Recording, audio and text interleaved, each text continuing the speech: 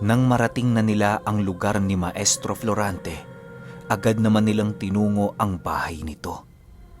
Sa pagsilay sa kanila ni Ibrahim, agad naman sila nitong sinalubong at tinulungan sa kanilang mga dalang gamit. Maligayang araw ho sa inyo, Ginoong Lauryo. Salamat naman at naisipan niyong bumisita kahit papaano. Wika ni Ibrahim, pagkuha ng kanilang mga gamit na bitbit ng kanyang asawa. Maligayang araw din sa iyo, Ibrahim. Si Maestro Florante, andyan ba?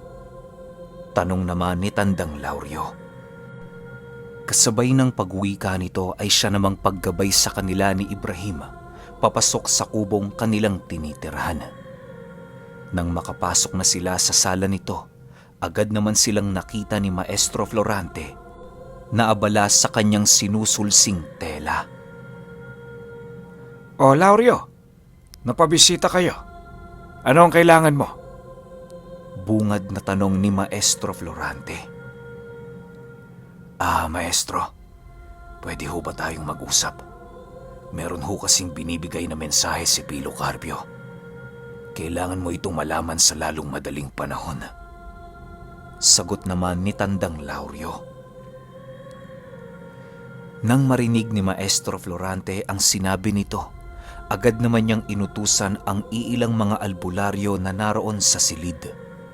Ang tanging naiwan lamang noon ay si Ibrahim at ang dalawa nitong kapatid. Maya-maya pa, doon na nga nilahad ni Tandang Lauryo ang mga bagay-bagay na kanyang nalalaman.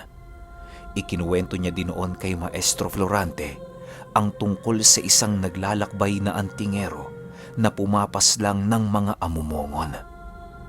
Matapos sabihin ni Tandang Lauryo ang mga bagay na yon, kitang-kita sa pagmumukha ni Maestro Florante ang labis na pagkabahala nito. Maya-maya pa, bigla namang tumahimik ang buong paligid nang marinig nilang magwika ang maestro ng, Si Pitel ba ang tinutukoy mo, Lauryo? Nakakapagtaka. Paano niyang nalamang buhay pa ako? Kasabay ng pagwika nito ay siya namang paglahad ng maestro ukol sa totoong pagkatao ng antingerong namamaslang ng amumongon. Ayon kay Maestro Florante, na noong mga panahong nalaman ng kanyang pamilya na siya ay isang amumongon, doon na niya narinig ang pangalang Pidel sa kanilang tahanan. Palagi itong pinag-uusapan sa kanila na tila ba merong kakaiba sa taong yon. Kahit makapangyarihan noon ang kanilang pamilya, tila ba hindi pa rin nagiging kampante ang lahat ng kamag-anak ni Maestro Florante. Animoy, habang lumalaki noon ang maestro, dahan-dahan namang nalalagay sa alanganin ang kanyang buhay. Dagdag pa nito na sa kanyang paglaki, marami umanong kumakalat na balita sa kanilang baryo ukol sa taong nagngangalang Pidel. Sabi-sabi sa kanila noon, marami na umano yung napaslang na amumongon dahil sa kakaiba nitong abilidad na tangan-tangan. Mga kuro-kuro lamang ang kumakalat noon sa kanilang baryo dahil ni isa sa kanila hindi pa nagawang masilayan ang antingerong berdugo ng mga amumongon. Kahit natatakot ang pamilya ni Maestro Florante para sa kanyang kaligtasan, ginagawa naman ng mga ito ang lahat para lamang siya ay maprotektahan. Hindi sila basta-basta noong nagpapasindak kay Pidel sa kadahilanang meron din silang mga karunungang may kakayahan para pumuksa ng kahit na anong uri ng nilalang. Sa pagtungtong noon ni Maestro Florante sa edad ng 8, doon na siya iminulat ng kanyang ama ukol sa mga lihim na karunungan. Tinuruan na din siya nito ng lahat ng orasyon na maaaring magligtas sa kanyang buhay sa tiyak na kapahamakan. Dahil sa may dugo si Maestro Florante ng isang amumongon, hindi naging mahirap para sa kanya ang matuto ng mga karunungan. Ayon pa sa kanya, na sa edad niyang 8, nagawa na niya umanong mapamulat ang kanyang ikatlong mata na siyang nagbigay sa kanya ng kakayahan upang makasilay ng mga nilalang na hindi ordinaryong naninirahan sa mundo ng mga tao. Marami din siya noong naging kaibigang engkanto, subalit sa paglipas ng panahon, paisa-isang naglaho ang mga ito. Nang tumungtong si Maestro Florante sa edad ng 10, doon na niya unang nasilayan ang antingerong nagngangalang Fidel. Halos magulantang noon ang kanilang baryo sa kadahilan ng biglang kumalat ang usapin tungkol sa pagdating nito. Nang marinig ito ng pamilya ni Maestro Florante, agad naman nilang hinanap ang taong nagngangalang Fidel upang personal yung kumprontahin. Itinago na din muna nila noon si Maestro Florante nang sa gayoy magawa nilang masiguro na nasa ligtas yung kalagayan. Tandang-tanda pa noon ng maestro ang lugar na kanilang pinagkublian ng kanyang ina. Nasilayan niya din noon ang pagdadala ng mga armas ng kanyang ama na para bang tutungo ang mga ito sa gera. Matapos maikwento ni Maestro Florante ang mga bagay na yon, harap-harapan niya ding inilahad kay Tandang Laurio kung paano siya nakaligtas sa mga kamay ni Fidel. Ayon sa kanya, na noong mga panahong nasukol na sila ng antingero, gumawa ng isang ritual ang kanyang ama na siyang tumawag sa mga engkantong itim upang gumawa ng kawangis niya. Nagawa naman nila itong maisakatuparan, subalit napakabigat ng naging kapalit nito. Matapos mamatay ng ama noon ni Maestro Florante, doon na din siya dinukot ng ama ni Ibrahim. Yun lamang ang naging paraan nila para mailayo ang amumongon sa kapahamakan at kamatayan. Laurio, maliban kay Ibrahim at sa mga kapatid nito, wala nang nakakaalam ng kabuuang sikreto ng aking pagkatao. Ngayong nagawa ko nang mailahad sa iyo ang bagay na ito, inaasahan kitang kagaya ng aking mga disipulo. Magagawa mo itong mapangalagaan. Sa ngayon, dahil sa iyong kumpirmasyon sa balitang yan, ihanda mo na ang iyong pangkat sa nalalapit na digmaan. Wika ni Maestro Florante.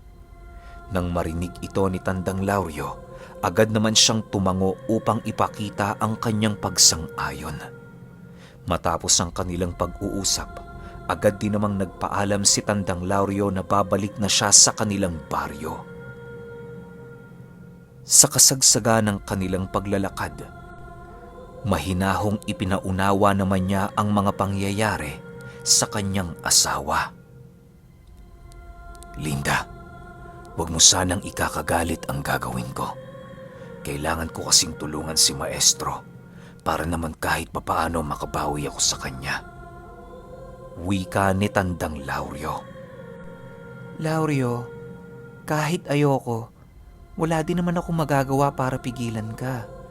Tsaka hindi ko balak magdala ng cargo de konsensya sa mga bagay na wala akong kontrol.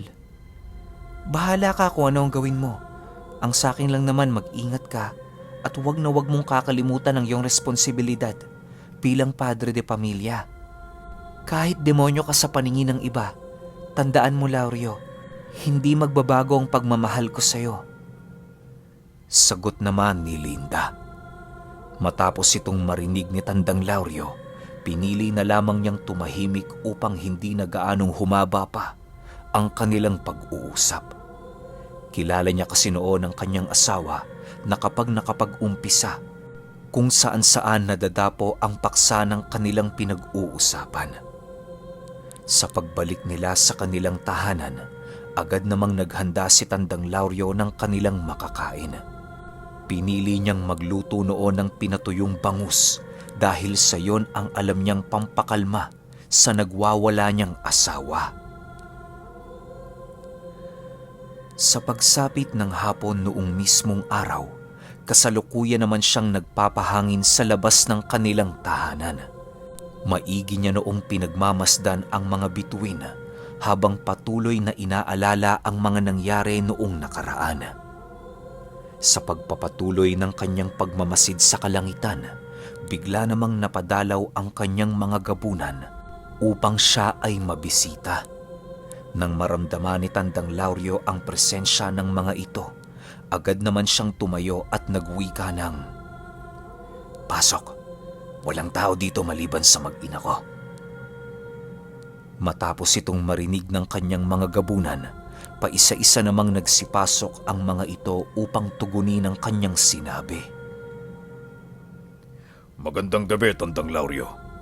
Pasensya na ho kung naistorbo namin ang pamamahinga mo. Meron lang ho sana kaming iaabiso sa inyo ukol sa kalapit ng 2 gabunang napaslang sa digmaan. Wika ng isa sa kanyang mga gabunan. Matapos itong marinig ni Tandang Lauryo, agad naman niyang tinitigan ng 2 batang dahan-dahang naglalakad papalapit sa kanyang higaan. Nang masilayan niya ang pagmumuka ng mga ito, agad naman niyang tinanong ang kanyang mga gabunan sa kung ano ang relasyon ng mga ito sa pumanaw nilang kapatid. Tandang Lauryo, yan ho ang mga anak ng gabunang Yumao. Alinsunod sa huli nilang habilin, ang kanilang panganay na anak ang magtutuloy ng kanilang tungkulin. Huwag ho kayong mag-alala. Hahasain ho namin sila para maging karapat-dapat sa ating pangkat. Wika ng isang gabunan na siya ring tagapayo kay Tandang Lauryo. Ganon ba? Mabuti kung ganon. Para maging opisyal silang kaanib ng ating pangkat, kinakailangan nilang patunayan ang kanilang sarili at manumpa sa harap ng ating mga kapatid. Sa huling araw ng buwang ito, magbigay kayo ng abiso sa ating lahi para sa magaganap na piging ng mga bagong gabunan. Wika ni Tandang Lauryo. Kasabay ng pagwika nito ay siya namang pagbigay ng babala ni Tandang Lauryo ukol sa muling pagsiklab ng digmaan. Inabisuhan niya dinoon ang kanyang mga gabunan na mag-ingat sa kanilang pupuntahan dahil merong gumagalang antingero na pumapatay ng kahit anong likha. Matapos niyang mailahad ang mga bagay na yon, agad namang nagsialisan ang mga gabunan nang sa gayoy magawa nila itong maikalat sa kanilang pangkat.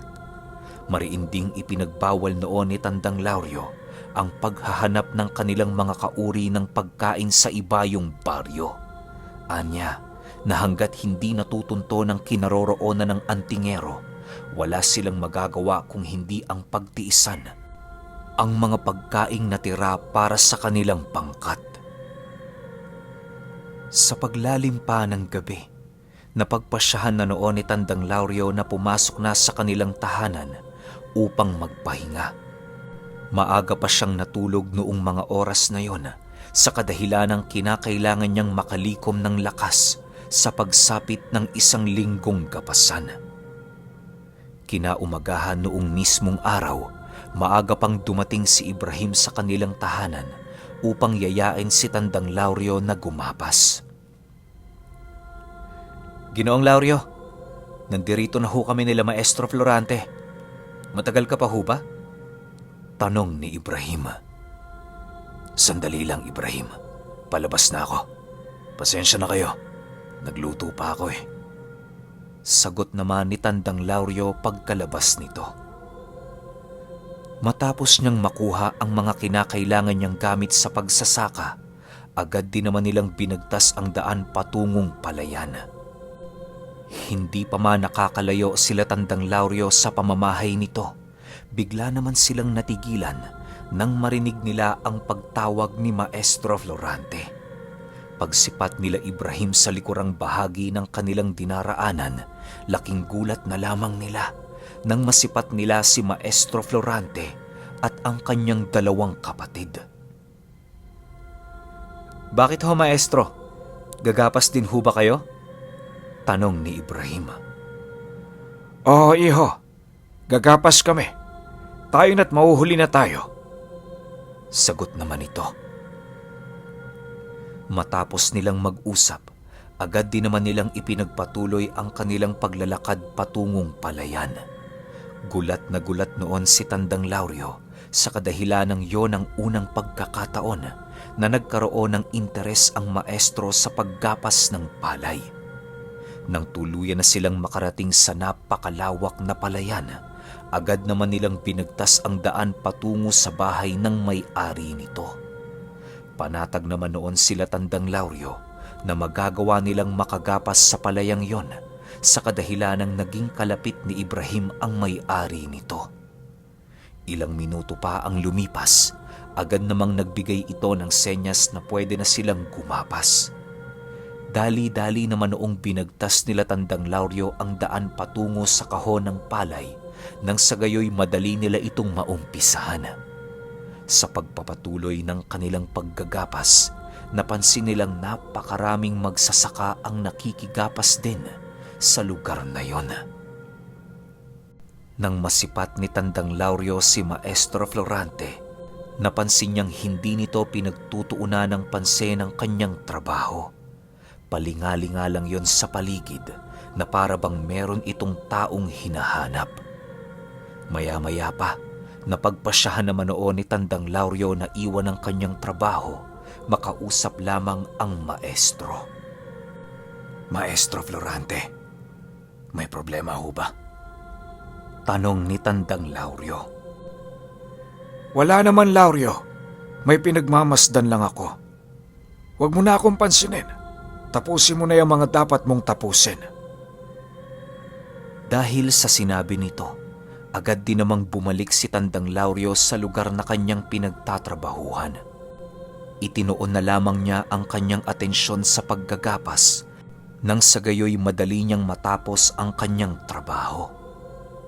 Pagsapit ng tanghali noong mismong araw, napagpasyahan naman nilang lahat na doon na mismo kumain sa gilid ng palayan. Kahit tuyo lang ang ulam nila noon, labis-labis na ang kanilang pasasalamat dahil kahit papaano, meron silang pagkaing maipupuno sa kanilang nangangalam na mga sikmura. Lumipas ang ilan pang oras, tuluyan na ngang natapos nila Tandang Lauryo ang kanilang paggapas. Dali-dali naman nilang pinasa ng ilang sako ng palay na kanilang nakuha upang maibigay ito sa may-ari at makuha ang kanilang hati. Pagdating nila sa tahanan nito, agad namang bumungad sa mga mata ni Tandang Lauryo ang napakaraming tao. Halos karamihan sa mga ito ay hindi pamilyar sa kanya na para bang galing pa ang mga yon sa kabilang baryo. Hindi naman ito gaanong pinansin ni Tandang Lauryo sa kadahilanang hindi niya gaanong maipagkakaila ang pagod ng kanyang katawan. Sa pagpapatuloy ng kanilang paglalakad papalapit sa bahay ng may-ari, bigla naman silang natigilan nang masipat nila ang mga kalalakihang patuloy na nagmamasid sa buong paligid. Agad nitong nakuha ang atensyon ni Tandang Lauryo, gawa ng hindi kumukurap ang mga mata nito. Maya-maya pa, agad namang napansin nila Maestro Florante ang mga nilalang na siyang mabilisang ikinainit ng kanilang mga ulo. Tingnan mo nga naman, may mga balbal pa palang nakikigapas. Ano naman kaya ang gagawin nila sa bigas? Wika ni Maestro Florante. Maestro, baka naman nagbagong buhay na ang mga yan. Pabirong sagot naman ni Ibrahim. Kasabay ng pagwika nito ay siya namang pagtawa ng kanyang mga kapatid dahil sa birong kanilang narinig. Bagaman alam nilang narinig ng mga ito ang kanilang pag-uusap, hindi naman sila gaanong nabahala sa kadahilan ng ilang ulit na silang nakipaglaban ng patayan sa ganoong uri ng nilalang. Maya-maya pa, bigla naman silang tinitigan ng mga balbal sa paligid na para bang nagawa na sila nitong matandaan. Hinayaan lang naman ni Maestro Florante ang bagay na yon bilang respeto na din sa mga taong naroon. Matapos nilang makuha ang katas ng kanilang trabaho, agad din naman nilang binagtas ang daan patungong bahay ni Tandang Lauryo. Napagpasyahan kasi noon ng kanilang grupo na doon na muna itabi ang kanilang mga ani hanggat hindi pa natatapos ang gapasan. Habang binabagtas nila noon ang daan pabalik sa kanilang baryo, bigla namang naantala ang kanilang grupo nang maramdaman nila ang paglapit ng mga balbal na patuloy na nagmamasid sa kanilang paglalakad. Kanina pa yon nararamdaman nila Ibrahim, subalit pinili lamang nila itong ipagsawalang bahala alinsunod sa nais ni Maestro Florante. Huwag nyo nang pansinin ang mga yan, iho. Magpatuloy na kayo. Wika ni Maestro Florante nang masipat niyang nanginginig na sa galit ang kanyang mga disipulo. Ilang minuto pa ang lumipas, muli na naman nilang ipinagpatuloy ang kanilang paglalakad. Nang madapo na sila sa lugar na merong napakaraming puno ng mangga, muli na namang natigilan ang kanilang pangkat nang makasilay sila ng 3 puno na naging saging at nakatayo ito sa gitna ng daan. Pagsilay ni Maestro Florante sa bagay na yon, maging siya ay hindi na niya nagawa pang mapigilan ang kanyang galit. Walang sabi-sabi, mabilisan niyang dinukot ang kanyang punyal at kasabay nito ang malahangin niyang pagsugod sa mga puno ng saging na tumubo sa gitna ng kalsada. Pagtarak niya ng kanyang punyal sa katawan nito, mabilisan namang naglaho ang mga saging na yon at kasabay nito ang pagsilitawan ng 3 balbal na nasa tunay nilang kaanyuan. Agad namang nagsipulasan ang 2 sa mga ito, subalit ang isa nilang kasama ay hindi pinalad na makatakas sa kamay ni Maestro Florante. Maya-maya pa, bigla namang nasipat nila Tandang Lauryo ang pagtitig sa kanila nito ng napakasama, kung kaya't maging siya hindi na nagawang makapagtimpi sa mga nilalang. Habang patuloy niyang pinagmamasdan ang mga nilalang, panay naman ang ginawa niyang pagbigkas ng mga usal sa kanyang pagpapalit anyo. Sa pagtatapos ng mga usal ni Tandang Lauryo, laking gulat na lamang nila Ibrahim nang bigla nilang masipat ang isang espiritual na demonyo sa itaas na bahagi ng ulo ni Tandang Lauryo. Dahan-dahan yung pumasok sa kanyang katawan habang mabilisang naglalaho. Maya-maya pa, bigla namang nagkulay berde ang kanyang mga kamay at kasabay nito ang paglisik ng kanyang mga mata. Matapos ang mga pangyayaring yon, hindi na nagawang makapalag ng mga balbal nang masipat nila ang mabilisang paglitaw ni Tandang Lauryo sa kanilang harapan. Pagkalapit sa kanila ng pinunong gabunan, agad din naman sila nitong hinawakan sa leeg nang sa gayoy hindi na nila magawa pang tumakas. Maestro, ano ho ang gagawin natin sa mga ito? Tanong ni Tandang Lauryo. Patahimikin mo na ang mga yan, Lauryo. Hindi natin kailangan ng mga salot sa lugar na ito. Sagot naman sa kanya ni Maestro Florante. Nang marinig ng mga balbal ang sinabi ng maestro, agad din naman silang nagdahilan upang kahit papaano'y magawa nilang maisalba ang kanilang mga buhay. Purong pagmamakaawa ang ginawa nito kay Tandang Lauryo para lamang wag sila nitong patayin. Sandali lang ho, pakiusap. Tao din kami. Hindi kami mga hayop. Kaya lang naman kami nadapo sa lugar na ito. Wala na kaming mapupuntahan. Ubus na ho mga kasama namin. Kaya ngayon sinusubukan naming magbago kahit papaano. Wika ng isang balbal habang patuloy itong nagpupumiglas sa pagkakahawak ni Tandang Lauryo. Totoo hong sinasabi niya. Sa katunayan, kaya kami naligaw sa lugar ninyo dahil pilit kaming tumatakas sa antingerong sumunog sa aming angkan. Hindi na ho namin alam ang aming gagawin. Wala na rin ho kaming mapupuntahan. Ginoo, alam kong naiintindihan mo kami. Iisa tayo ng dugo. Mangyak-ngiyak na wika ng isa sa mga ito. Matapos itong marinig ni Maestro Florante, bigla naman silang napaisip sa antingerong tinutukoy ng mga balbal. Sa pagpapatuloy ng kanilang pagtatanong sa mga ito, doon nila nalaman na ang antingerong naghahasik ng lagim sa pinanggalingan nilang baryo ay ang antingerong kanilang pinaghahandaan. Matapos ang mga kaganapang yon, napagpasyahan naman nila Tandang Lauryo na ikulong ang mga ito. Mabilisan naman niya noong tinawag ang kanyang mga gabunan upang dalhin ang kanilang mga bihag. Ipinagbilin din noon ni Tandang Lauryo na huwag sasakta ng mga ito upang magawa sila nitong matulungan. Hindi kasi nila maaaring patayin ang mga balbal sa kadahilan ng yun lamang ang mga nilalang na nakasilay sa kaanyuan ng antingero. Ilang oras pa ang lumipas, tuluyan na ngang narating nila Maestro Florante ang pamamahay ni Tandang Lauryo. Agad naman nila noong nilagay sa ilalim ng papag ang kanilang mga dalang palay upang ito ay ipunin.